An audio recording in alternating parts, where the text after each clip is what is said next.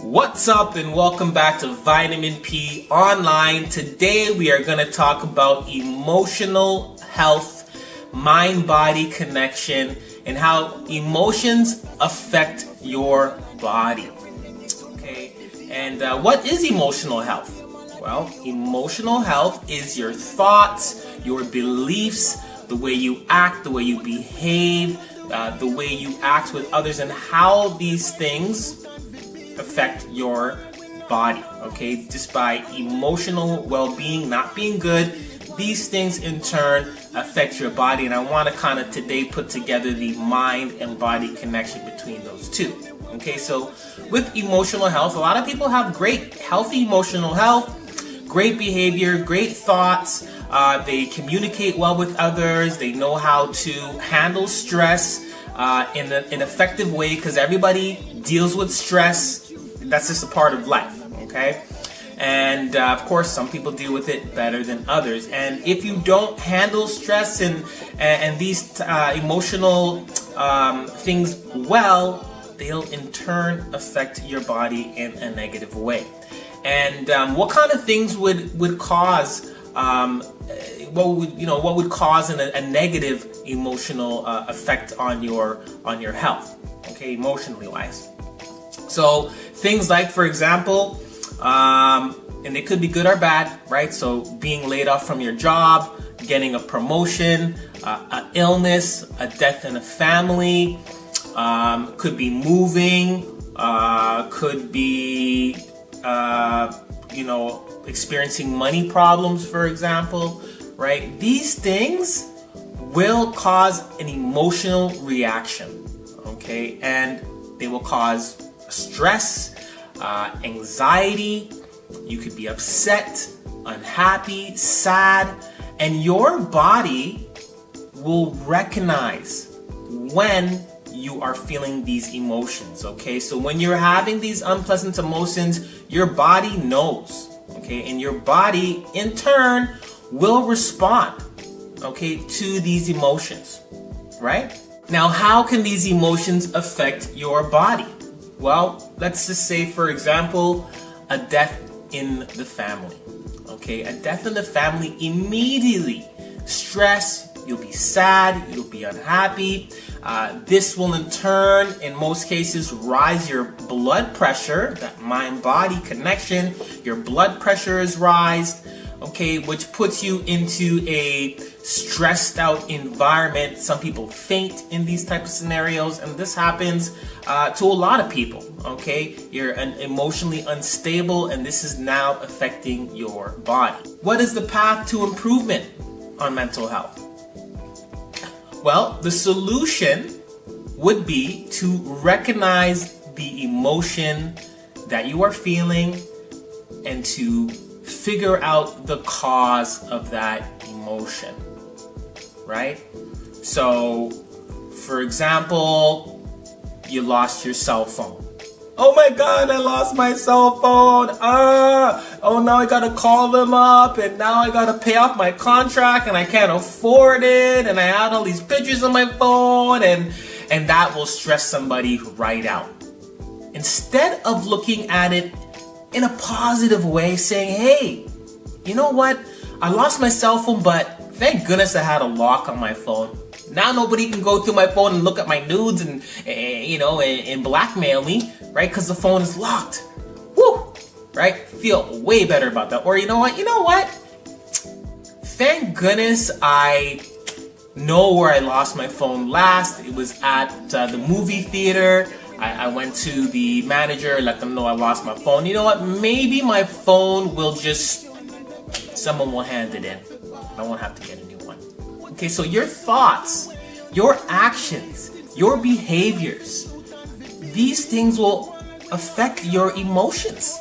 Okay, are you going to be sad? Are you going to be upset? Now, of course, you're going to be sad if you lose your phone, but depending on how you deal with this will affect your emotions.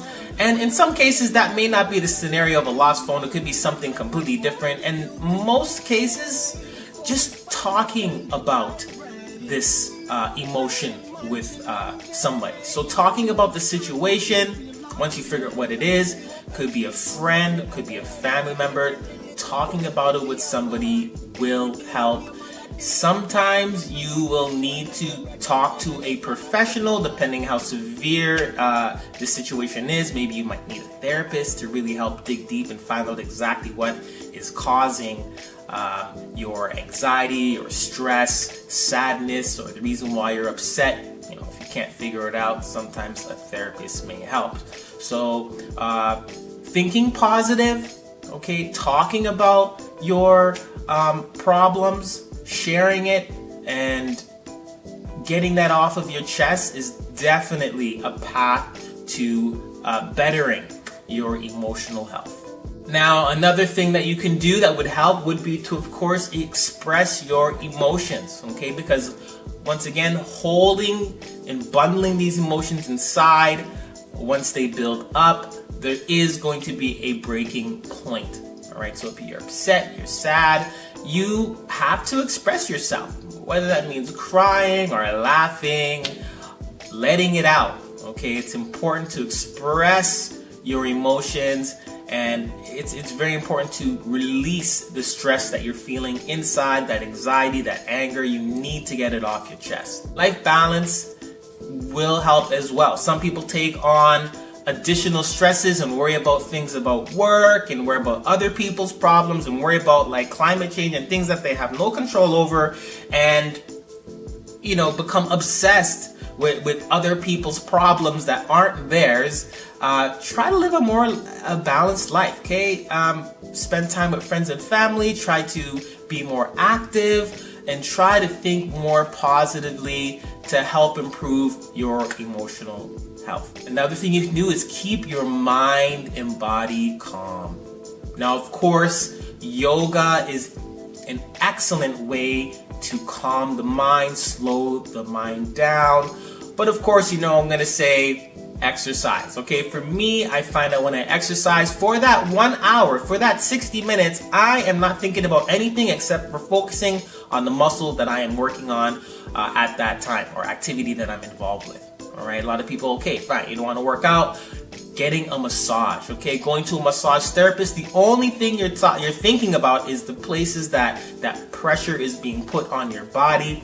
You're not thinking about anything else. Even if you do a massage once or twice a month, at least you have 60 minutes of thinking about nothing to help relax your body and relax your mind. I definitely recommend a massage. Or if you have a hot tub, you know what, just go down. If you have a hot tub in your building or condo, go sit in the hot tub. Go sit in the sauna. Relax. Try to think about nothing. You know, take an escape from that everyday life. These things will help with emotional health. Overall, guys, I think the most important thing would be taking care of yourself. Okay, which means eating better, okay, getting a good night's sleep, whether that's 6, 7, 8 hours, okay. Taking care of your body is very important, okay, because when you have these emotional upsets, you know, these things can weaken your immune system. So you want to be prepared. You want your body to be ready for that shock, so that you're able to handle these emotional situations that put your body into an unpleasant type of situation. All right, so now things to consider.